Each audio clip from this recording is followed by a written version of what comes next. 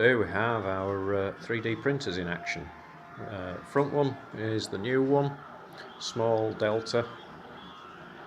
This one is actually printing with a white PLA and a clear PLA simultaneously, using the clear PLA just as a support material. Quite a nice little action on this one.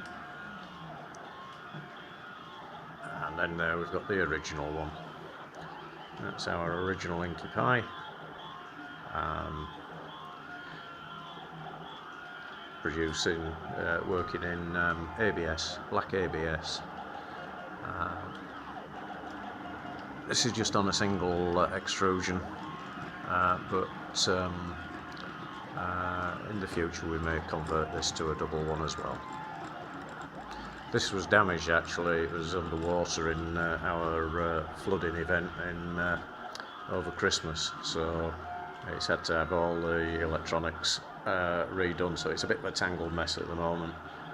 This is scheduled for a rebuild, and actually what I'm producing right now are parts for to rebuild Inkshop.